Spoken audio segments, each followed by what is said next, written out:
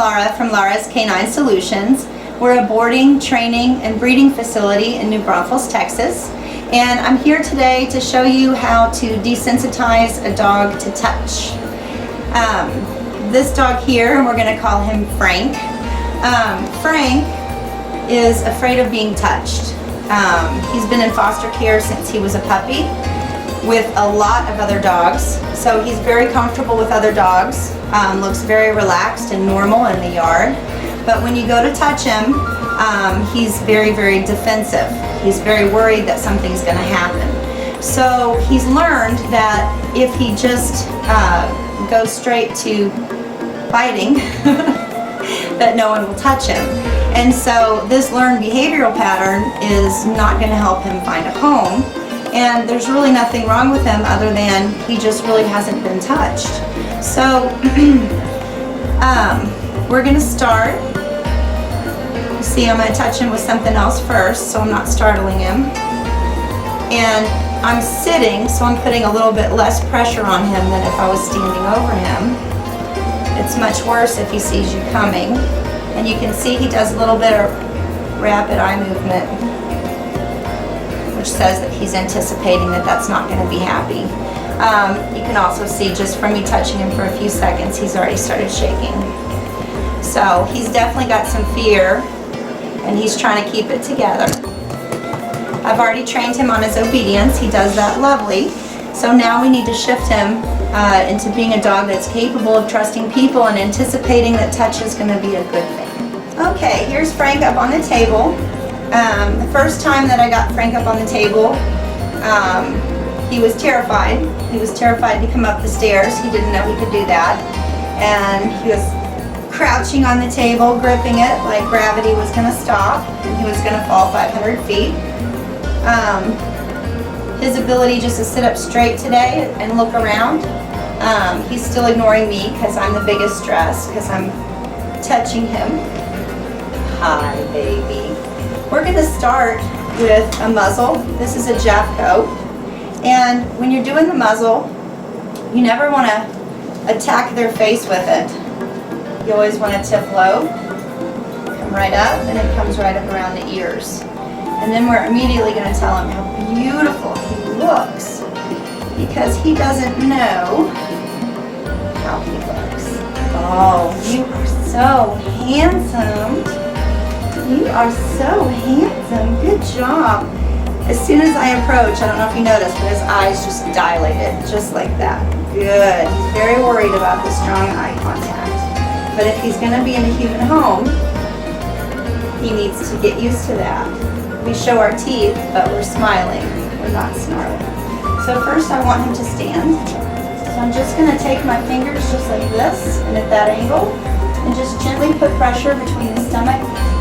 There you go. And the leg, okay? And the pressure is very light like this because I don't want him to feel any discomfort.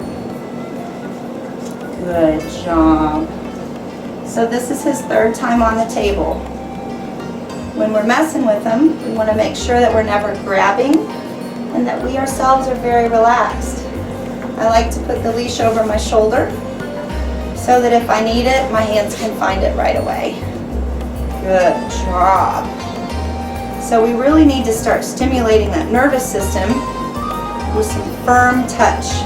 This real light, submissive touching that people do sensitizes a dog, particularly if the dog is worried. He does not need to be more sensitive. Good job. We're getting him used to being touched all over. Easy. Easy, yeah. Stand. Stand. Good. I think it's very important to have this elevation. One, because he does feel less secure. He's less likely to be aggressive. Second of all, by elevating him, I'm mobile. I can move. I'm not leaning over him where it's real easy for him to pop up and bust me in the chops. Good boy. And again, there's nothing mean about this dog. He's not a bad dog. He's a dog that was born from at least one shy parent. He has some protective instincts, so he's aware, even though he's never been treated poorly, that bad things can happen, and many dogs are just born with that awareness. To me, that's common sense. Bad things can happen. Now I'm just playing with his toes. You see I've lifted the leg very gently, but assertively.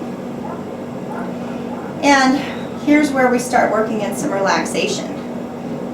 Very gentle stretch forward, going with the range of motion with the leg. I'm supporting the elbow here and gently pulling back. Oh, you can see he really wants to like that. It still worries him a bit. Oh, good job. I just have my thumb under his toes. Good boy.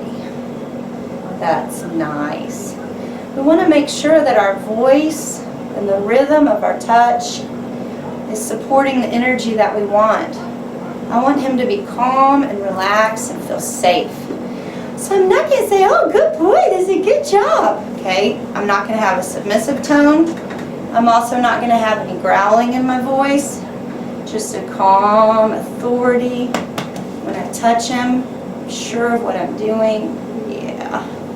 And I mean, honestly, we pay people to do this. This is myofascial release. And, or we do if we're lucky. And should feel wonderful. When we go with the back leg, that leg comes straight up. We need to support the knee. Good. And then forward, still support the knee. Good. Good. And this is the most relaxed he's been. I wanted to do this a couple of times with him before today's tutorial so that he didn't just look really terrified, which he did, and he was. Good. Now, because we have a certain amount of relaxation already, I'm going to go ahead and take the muzzle off. The muzzle is a very important part because if he can bite, then he's there making a decision and thinking about that instead of thinking about just responding to what's happening. And since he does feel threatened by being touched, we don't want to give him the option to panic. That's taking him into a higher adrenal state.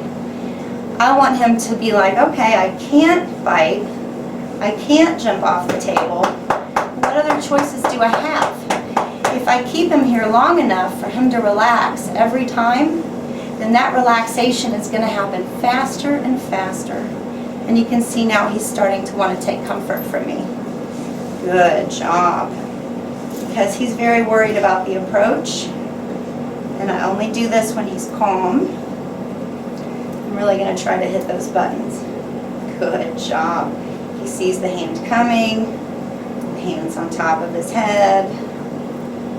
Good. Now, one more thing. You'll notice that when I go to palpate the legs and move and do the range of motion, my face is facing that way. His face is this way. And if he's going to bite something, it's going to be my shoulder and not my face, which neither are really great options, but I prefer the shoulder. Thank you very much. Good job. So let's look at his tension level. He's still a little worried, still shaking a little bit. His feet are moderately relaxed. His muzzle is moderately relaxed. You can still see the vein a little bit. The eyes are still dilated. But he's really trying to work into a calm state. Good job. This spanking, pounding on him, is real good. It jostles him a little bit, upsets his balance a little bit, and he realizes, oh, I'm not falling. It doesn't hurt. Everything's fine. Good boy. Pretty soon we'll have him wagging. Thank you. Give us a call if you'd like any help with this or other issues with your dog. Our number is 830-904-4863.